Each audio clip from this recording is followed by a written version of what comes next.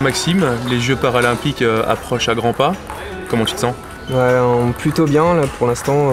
C'est la dernière ligne droite de la préparation, donc on reprend sur le cycle terminal et je me sens vraiment bien en espérant arriver le plus affûté possible sur les Jeux paralympiques.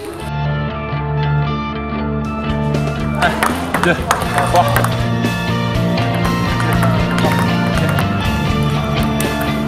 Par rapport au début de semaine, tu résistes mieux, plus longtemps.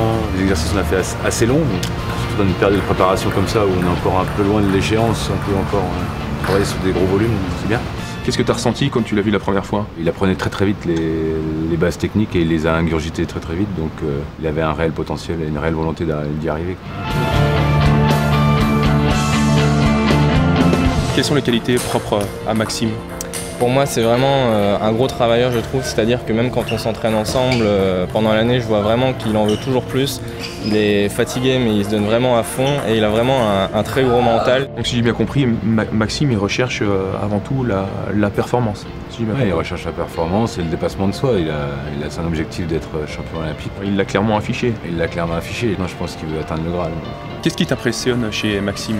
Alors, ce qui m'impressionne vraiment, c'est sa simplicité. Il arrive ici dans la salle et il parle vraiment avec tout le monde, il joue avec tout le monde, il est vraiment sympa.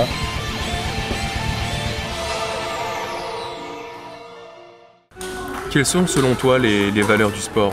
Pour moi, les valeurs fondamentales sont vraiment la combativité, et à la fois la pugnacité, la volonté de ne jamais rien lâcher, l'humilité aussi, parce que je pense que voilà, tout sportif de haut niveau se doit d'être humble et respectueux de beaucoup de choses, de beaucoup de valeurs. On a la chance de pouvoir vivre des choses extraordinaires et voilà, c'est pas pour autant que ça doit nous changer en tant qu'homme.